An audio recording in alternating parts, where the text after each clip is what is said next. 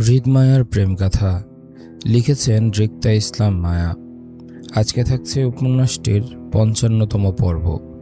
উপন্যাস পাঠে আছি আমি তারিফ। ইংল্যান্ডের রাজধানী ও বৃহত্তম শহর হল লন্ডন। যুক্তরাজ্যের বাণিজ্য ও পর্যটক কেন্দ্রবিন্দু হিসেবে অন্যতম লন্ডন শহর। এখানে শিক্ষা ব্যবস্থার সাথে সাথে চিকিৎসা ব্যবস্থাও বেশ চর্চিত। জন্মসূত্রে এই লন্ডন শহরের বাসিন্দা সুফিয়া খান। বাবা মা ভাই বোনকে নিয়ে ছিল ওনার পারিবারিক বসবাস এই শহরের তলিতে। একটা সময় পড়াশোনার সুবাদে পরিচিত হয়েছিল নিহাল খানের সঙ্গে এই শহরের মাটিতেই। প্রথমে বন্ধুত্ব, তারপর দুজনের প্রেম। পড়াশোনা শেষে দুই পরিবারের সম্মতিতে বিয়ে হয়েছিল তাদের। তারপর নিহাল খানের হাত ধরে সুফিয়া খান বাংলাদেশে সেটেলড হয়ে যান। তারপর আর কখনো এই লন্ডন শহরকে আপন করতে পারেননি তিনি। যদিও দুজন একটা সময় পর আলাদা হয়ে গেছেন, তবে বিচ্ছেদ হয়নি দুজনের। আজও দুজন স্বামী স্ত্রী। তারপরেও কেন জানি সুফিয়া খান কখনো বাংলাদেশের মাটি ত্যাগ করে লন্ডন শহরকে আপন করতে পারেনি। তবে ওনার যোগাযোগ রয়েছে এই শহরের সঙ্গে, একেবারে ফর করে দেননি এই শহরকে। জন্মসূত্রে ইংল্যান্ডের সিটিজেনশিপ নাগরিক হওয়ায় প্রায় প্রতি বছরই ওনার বাংলাদেশ টু লন্ডন আসা যাওয়া লেগেই থাকে বিভিন্ন কাজে। তাছাড়া সুফিয়া খানের বাবা মা আজ জীবিত না থাকলেও ওনার বড় ভাই আজও পরিবার নিয়ে এই লন্ডন শহরে বসবাসরত আছেন। যেমন আছেন শশীর মা সালমা সৈয়দ ও ওনার স্বামী। সুফিয়া খানের ছোট বোন সালমা সৈয়দ পরিবার এই শহরের নাগরিক। বাংলাদেশে তিনি শুধু খান বাড়ির উদ্দেশ্যে যাওয়া আসা করেন। বলতে গেলে শশীর সঙ্গে হৃদের বিয়ের ব্যাপারটা তাজা রাখতে এত কাঠখড় পুড়িয়ে দুটানার সম্পর্ক রক্ষা করে চলছেন তিনি। দুটানার সম্পর্কে সালমা সৈয়দ খাতির জমালেও স্বভাবে ঠিক বিপরীত হলো সুফিয়া খান। রাগ জেদে এক স্পষ্টভাষী মহিলা তিনি। মিথ্যা ছলনা পছন্দ নয়। মুখের উপর সত্যকে সত্য আর মিথ্যাকে মিথ্যা বলায় ওনার কঠিন ব্যক্তিত্ব। বলতে গেলে হৃদ অনেকটা তার মার মতোই হয়েছে, রাগী আর বদমেজাজি টাইপ। নিহাল খান এমন শক্তপোক্ত কঠিন চরিত্রের প্রেমে পড়েছিল যৌবনকালে। পড়েছিল বললে ভুল হবে, আজও তিনি বউয়ের প্রেমে পড়ে আছেন। কিন্তু দীর্ঘদিনের দূরত্বের কারণে দুজনের সম্পর্কে ফাটল ধরেছে। বউয়ের জন্য মায়া আছে, কিন্তু প্রকাশ করার জন্য ভাষা নেই নিহাল খানের। তাই যেটা যেভাবে চলছে সেটা সেভাবে যেতে দিচ্ছেন তিনি। যৌবনকালটা তিনি একাই কাটিয়েছেন। এখন তো মধ্য বয়সটাও শেষের দিকে। এখন আর ওনার একাকিত্ব পোড়ায় না, সয়ে গেছে। একা থাকতে থাকতে তিনি একা থাকতে শিখে গেছেন। এই দুনিয়াতে বাঁচবে বা আর কয়দিন? বাকি দিনগুলো না হয় একাকিত্বে কাটিয়ে দিবে। তারপরেও এই বয়সে এসে কাউকে ডিস্টার্ব করতে মন চায় না ওনার। সবাই তো ভালো আছে, উনি দুঃখে থাকলে কে বা দেখবে? কারো দেখার তো আর নেই, কেউ দেখতে আসেও না। সবাই শুধু ওনার উপরটাই দেখে, যেটা উনি দেখায়। কিন্তু মনের খবর কয়জনই বা নেয়? আজকাল ওনার এই দুনিয়াটা কেমন তেতো তেতো লাগছে। নিজের নিঃশ্বাসটাও বেশ ভারী ভারী মনে হয়। নিজের ছেলের মৃত্যুমুখী হওয়ার কারণটা আজ তিনি। ওনার করা রাজনৈতিক দণ্ডের জন্য আজ ওনার বড় ছেলের মৃত্যুশয্যায় শুয়ে। বাবা হিসেবে তিনি অপরাধী। না হতে পারলেন ভালো স্বামী, আর না হতে পারলেন আদর্শ বাবা। ব্যর্থ ওনার জীবন। আর এই ব্যর্থতা ওনাকে ভেতর থেকে ধুমড়ে মুচড়ে খুঁড়ে খুঁড়ে খাচ্ছে। নত মস্তিষ্কের নিহাল খান দুহাতে মাথা চেপে হাহাকার বুকে দীর্ঘ শ্বাসের সঙ্গে সঙ্গে দুফোঁটা চোখের জলও ফেলল পায়ের কাছে ফ্লোরে। সামনেই হৃদের কেবিন। তিনি হসপিটালের বিশাল করিডোরে সারিবদ্ধ চেয়ারে মাথা ঝুঁকে বসে মনস্তাত্ত্বিক চিন্তাভাবনায় বিভোর। আশেপাশে পরিচিত কেউ নেই। সকল অপরিচিত ভিন্ন দেশীদের মাঝে তিনি একা বসে জীবনের কিছু হিসাব মেলাতে ব্যস্ত। ওনার জীবনের অনেক সময় তিনি এই শহরে কাটিয়েছেন। আবার হৃদ, রাদীপ, আয়ন তিনজনের পড়াশোনা বেড়ে ওঠা এই লন্ডন শহর থেকেই হয়েছে। তাই এই শহরটা ওনার কাছে এতটাও অপরিচিত নয়। পরিচিতও বটে। পরিচিত শহরে নিজের সন্তানকে নিয়ে আজ 15 দিন যাবৎ হসপিটালে চক্কর কাটছেন ওনারা। অজ্ঞানরত হৃদের হুঁশ নেই। বিগত 15 দিন পেরিয়ে 16 দিনে পড়তে চলল, অথচ হৃদের কন্ডিশন এখন আগের নেই। মাথার অপারেশনও সাকসেসফুলি হয়েছে, তারপরেও হৃদের অবস্থার পরিবর্তন হয়নি। লাইফ সাপোর্টে রাখা হয়েছে হৃদকে।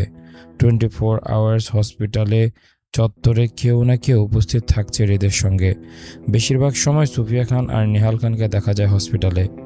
খাওয়া দাওয়া আর গোসল বাদে দুজন হসপিটালে থাকছেন 24 ঘন্টা, অথচ কেউ কারোর সাথে কথা বলছেন না আর না চোখ ঘুরিয়ে দেখার চেষ্টা করে।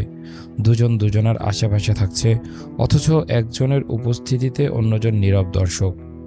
যেন নীরব যুদ্ধ চলছে দুজনের মধ্যে। এমনকি দুজন রাত্রি যাপন করছে দুটো আলাদা আলাদা বাড়িতে। সুফিয়া খানের নিজ বাড়ি, নিজ আত্মীয় রেখেও তিনি হোটেলে উঠেছেন। কারো সাহায্য নেওয়ার মানুষ তিনি নন। সব সময় নিজের কাজ নিজে করেন, নিজের দায়িত্ব নিজে পালন করতে পছন্দ করেন। সেজন্য হৃদের আশেপাশে নিহাল খান থেকে ওনাকে দেখা যায় বেশি। নিহাল খান সুফিয়া খানের জন্য হসপিটালে রাত্রি যাপন করতে পারেন না। নিহাল খান একাধিক মানুষ হসপিটালে রোগীর সঙ্গে অ্যালাউ নয় বলে তিনি রাদীপের ফ্ল্যাটে থাকছেন। আরাফ খান, হেনা খান, আয়নের সঙ্গে আছেন ওদের পরিবার। সকলের রোজকার আসা যাওয়া লেগে থাকে হসপিটালের চত্বরে। আয়ন প্রফেশনাল ডাক্তার হওয়ায় সে হৃদের regular check up routine maintain করে। এখন রাত 10:05। আপাতত হসপিটালে কেউ নেই। সুফিয়া খান হোটেলে গেছেন হৃদের কিছু রিপোর্ট আনতে, সঙ্গে রাদীপও আছে। আয়ন হয়তো নিচে গেছে ডাক্তারদের সঙ্গে কথা বলতে। সেই মুহূর্তে তিনি একা বসে আছেন এখানটায়। আশেপাশে সাদা চামড়ার ওয়েস্টার্ন পরা মেয়েদের ঘুরতে দেখা যাচ্ছে, যে যার মতন রোগীদের নিয়ে ব্যস্ত। আপাতত কারো মনোযোগ নেই নিহাল খানের উপর। মনস্তাত্ত্বিক ভাবনায় নিহাল খান যখন বিভোর, তখনই ওনার সম্মুখে অর্ধ পোশাকে দাঁড়ালো কেউ। খুবই মিষ্টি স্বরে নিহাল খানকে ইংরেজি ভাষায় বলল, mister Khan, are you okay? অশ্রুভেজা চোখ দ্রুত মুছল নিহাল খান। পরিচিত নার্সের কণ্ঠ পেয়ে উঠে দাঁড়াতে দাঁড়াতে তিনিও ইংলিশে উত্তর করে বলল, I am okay Miss Lita, thanks for asking me. বিদেশিনী নার্সটির বয়স প্রায় 30-এর ঊর্ধ্বে, অথচ দেখে মনে হবে মাত্র 20-এর কোটায় পা রেখেছে সে। আসলে বিদেশিদের চেহারা দেখে বয়স ধারণা করার উপায় নেই, যেমন মিস লিটার ক্ষেত্রে হয়েছে নিহাল খানের। হৃদের পার্সোনাল নার্স হলো মিস লিটা। হৃদের দেখাশোনা মিস লিটা নামক নার্সটি করে থাকেন, সেজন্য বেশ পরিচিত এই নার্সের সঙ্গে সবাই। হৃদের কন্ডিশনের বাইরেও মিস লিটা নিজ থেকে নিহাল খানের খবরাখবর নিয়ে থাকেন সব সময়। তাই আজ নিহাল খানকে একা বসে থাকতে দেখে মিস লিটাই আগ বাড়িয়ে ওনার সাথে কথা চালালো। সুন্দরী নার্সটি উজ্জ্বল হেসে লাজুক ভঙ্গিতে ঝলমলে ইংরেজিতে বলল, মাই প্লেজার মিস্টার খান, আপনার খবর নেওয়া আমার দায়িত্বের মধ্যে পড়ে। যাই হোক, আপনি কি একা হসপিটালে আছেন? আর কেউ নেই? নিহাল খান স্বাভাবিকের ন্যায় উত্তর দিয়ে বলল, আপাতত কেউ নেই মিস লিটা, তবে একটু পর সবাই চলে আসবে। নিহাল খান রাতে হসপিটালে থাকেন না, সুফিয়া খান হৃদের সঙ্গে থাকছেন, সেজন্য ওনাকে রাতে চলে যেতে হয়, আবার সকালে আসতে হয়। নার্সটি বলল, ও তাহলে আপনি এখন চলে যাবেন? না, একটু পর যাব। সুন্দরী নার্সটি চট করে নিহাল খানকে কফির অফার করে বলল, তাহলে কফি খাবেন আমার সাথে? প্লিজ, না করবেন না। মিস লিটা কাজের প্রতি বেশ দায়িত্ববান। নিহাল খানের প্রচণ্ড মন খারাপ হলে মিস লিটা বন্ধুর মতন ওনাকে সান্ত্বনা দেওয়ার চেষ্টা করেন ট্রাই। ওনার বিষয়টা খারাপ লাগে এমন না, বিপদে একজন অন্যজনকে সান্ত্বনা দিতে পারে, এটা অস্বাভাবিক কিছু না। উনিও বিষয়টা স্বাভাবিকভাবেই নিয়ে উত্তর করতে যাবে, তার আগে শোনা গেল সুফিয়া খানের গলা। নিহাল খানের আগে বিদেশি নার্সটির উদ্দেশ্যে উত্তর দিতে দিতে একই ইংরেজি ভাষায় বলল, আপনার সাথে কফি খাওয়ার মতন দাঁত নেই মিস্টার নিহালের মিস লিটা। বড় মানুষ, দাঁত সব বয়সের ভারে পড়ে গেছে, মুখের ভিতর এখন সব প্লাস্টিকের দাঁত। আপনার সাথে গরম কফি খেতে গেলে তার প্লাস্টিকের দাঁত সব গলে যাবে। আপনি বরং আমাকে কফির দাওয়াত দিতে পারেন। I love coffee. সুফিয়া খানের কথায় চমকে ওঠার মতন বিদেশি নার্সটি ঘুরে তাকালো। সেই সাথে নিহাল খানও তাকালো তক্ষুনি। 3 পিসের ওপর মোটা ভারী ওভারকোট পরে হাতে রেতে বেশ কিছু রিপোর্টের ফাইল চেপে দাঁড়িয়ে সুফিয়া খান, পিছনে রাদীপ সরল ভঙ্গিতে দাঁড়িয়ে। মা ছেলে লম্বা প্রায় সমান সমান দেখালো, যদিও রাদীপের হাইট 5 ফুট 10, সুফিয়া খানের 5 ফুট 8 ইঞ্চি। জুতো পরায় মা ছেলে দুজনকে লম্বায় একই দেখালো। রাদীপ চোখ ছোট ছোট করে মায়ের দিকে তাকিয়ে, বাবার যে প্লাস্টিকের দাঁত সব, সেটা সে আজই জানতে পারলো। নয়তো এতদিন তো সে তার বাবাকে ইয়াং আর 32 দাঁতে অধিকারী মনে করত। কিন্তু আজ জানতে পারলো তার বাবা আসলে ইয়াং ম্যান নয়, ওল্ড ম্যান, বুড়ো মানুষ। সেজন্য রাদীপ ছোট ছোট চোখ করে বাবাকে আওড়াতে লাগলো আসলে নিহাল খানের দাঁত প্লাস্টিকের কিনা সেটা দেখতে। এর মাঝে সুফিয়া খান পিছনে থাকা রাদীপের দিকে হাতের রিপোর্টগুলো বাড়িয়ে দিতে দিতে দৃষ্টি তাক করালো সুন্দরী নাচটির উপর। রাদীপকে বলল সুফিয়া খান, আয়নকে সেকেন্ড ফ্লোরে পাবে, গো। রাদীপ ভদ্র ছেলের মতন রিপোর্টগুলো হাতে নিয়ে তৎক্ষণাৎ জায়গা ছাড়ল। সুফিয়া খান মিস লিটার মুখোমুখি হয়ে তাকালো সুন্দরী নাচটির গলার নিচে। টাইট ফিটিং ইউনিফর্মের বুকের কাছটায় দুটো বোতাম খোলা। পাশে নিহাল খান দাঁড়িয়ে সুফিয়া খানকে দেখছিল তীক্ষ্ণ দৃষ্টিতে। ওনার যে প্লাস্টিকের দাঁত মুখে, সেটা তিনি নিজেও আজ প্রথম শুনল। হঠাৎ ওনার বউ এসব কথা কেন বলল সেটা তিনি বুঝতে চাইল। সুফিয়া খান নিহাল খানের সকল কৌতূহল ভস্ম করে রয়ে শয়ে দুহাত চালালো সুন্দরী নাচটির ইউনিফর্মের বোতামের উপর। টাইট ফিটিংস ইউনিফর্মটির দুপাশ টেনে বোতাম দুটো লাগাতে লাগাতে আবারও স্বচ্ছ ইংরেজি ভাষায় বলল, he is not interested in you. কারণ তার বউয়ের প্রয়োজন হয় না। তাহলে তোমার এইসব দেখে কি ফিল করবে বলো? আসলে সমস্যা তোমার না, তার মেশিনের। যন্ত্রে ঝংকার ধরে আছে, তোমার সাথে চলবে না। You deserve better. সুফিয়া খানের কথায় তৎক্ষণাৎ নার্সটি নিহাল খানের দিকে কেমন বাঁকা চোখে তাকালো। বিড়বিড় করে বলল নার্সটি, ওয়েস্ট অফ টাইম। নার্সটির কথায় তৎক্ষণাৎ উত্তর করল সুফিয়া খান, ইয়া। কথাটা বলে সুফিয়া খান জায়গা ত্যাগ করেন। কেবিনের দরজা ঠেলে ভেতরে ঢুকে পড়েন। পেছন থেকে হতভম্ব হয়ে দাঁড়িয়ে রইল নিহাল খান। কেমন বোকার মতন তাকিয়ে রইল সুফিয়া খানের যাওয়ার দিকে। এদিকে খানিকটা বিরক্তি প্রকাশ করে সুন্দরী নার্সটিকেও চলে যেতে দেখল। অথচ উনি এতদিন সরল মনে কথা বলতো নার্সটির সঙ্গে।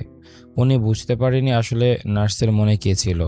এই বয়সে তিনি পরকীয়া করবেন? ছি। আজ 17 দিন হতে চলল হৃদের অ্যাক্সিডেন্টের পর। মায়ের অবস্থার পরিবর্তন নেই। গায়ে সবসময় জ্বর থাকে। অতিরিক্ত মানসিক চাপের কারণে সারাক্ষণ ঘুমিয়ে নয়তো চুপচাপ বসে থাকে। পারিবারিক আত্মীয়দের নানান কথা কানে আসে মায়ের ফুপিরা তো মায়ের সামনে এসে যা তা বলে যান। মায়ের জন্য জুয়ের পড়াশোনা বন্ধের পথে। বাড়ির মেয়েরা পড়াশোনা ছেড়ে ছেলেদের পিছনে ঘুরে পাগল হয়ে যাচ্ছে বলে আর পড়াশোনা করানো ঠিক হবে না বলে, এমনটা মায়ের 3 ফুপির ধারণা। এত পড়াশোনা করিয়ে বা কী লাভ হবে যদি পরিবারের সম্মান নষ্ট করে বেড়ায় এরা? পরিবারের সম্মান বাঁচাতে চাইলে মায়া বা জুই কারো পড়াশোনা আর দরকার নেই। ভালোই ভালোই সম্মান থাকতে মেয়ে দুটোকে বিয়ে দিলে জান বাঁচবে, নয়তো সমাজে মুখ দেখাবার নয়। এমনই মায়ের জন্য আত্মীয় স্বজনরা থুথু করছেন ওনাদের উপর। বড় লোক ঘরের ছেলেকে ফাঁসাতে না পেরে মায়া নাকি নিজে পাগল হয়ে ঘরে বসে আছে। এইসব কথা আরিফের কানেও গিয়েছে অনেকবার। সে প্রতিবারই প্রতিবাদ করেছে, কিন্তু সবসময় আরিফ সামনে থাকে না মায়াকে বাঁচানোর জন্য। মায়ের ছোট ফুপি শান্তা মজুমদার, তিনি একটু শক্ত মনের মানুষ। ভাইয়ের সংসারের ভালো মন্দ চিন্তা করার ওনার সব সময়ের স্বভাব। মায়ের অসুস্থতা বা প্রেমজনিত কথাটি শুনে বড় ভাইয়ের বউদের যা তা শুনিয়েছেন তিনি।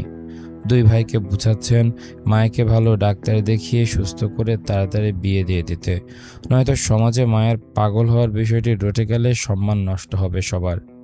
মায়ের বাবা শফিকুল ইসলাম বোনের কথায় সহমত পোষণ করেন। সেই সাথে জুয়ের বাবাও তাই প্রকাশ করলেন। সকলেই চায় মায়াকে সুস্থ করে চেয়ারম্যান পরিবারের বিয়েটা সেরে ফেলতে। সেই সাথে ওনারা মতে মতে জুয়ের জন্য ভালো ছেলে সন্ধান করছেন। তবে বোনদের বিয়ের ব্যাপারে কেউ আরিফের সামনে আলোচনা করে না। আরিফ বরাবরই মায়ের অন্য জায়গায় বিয়ে নিয়ে প্রতিবাদ করে। সেজন্য পরিবারের সবাই ঠিক করলো মায়ের সুস্থতা নিশ্চিত করতে মায়াকে পরিবার থেকে দূরে পাঠানো হবে। আরিফকে বলা হবে মায়ের চিকিৎসার জন্য পাঠানো হচ্ছে। সেখান থেকে চুপিসারে মায়ের বিয়েটা ওনারা সেরে ফেলবেন। নাহিদ ভালো ছেলে। মায়ের স্বামী সঙ্গ পেলে প্রেমের ভূত মাথা থেকে সরে যাবে, দ্রুত সুস্থ হয়ে উঠবে। এই ছিল আজকের পর্ব। কেমন লেগেছে তোমাদের কমেন্ট করে জানাও। দেখা হচ্ছে পরের পর্বে। ততক্ষণ পর্যন্ত সবাই ভালো থাকো, সুস্থ থাকো। আজকের মতো আমি তারিফ এখানে বিদায় নিচ্ছি। আল্লাহ হাফেজ।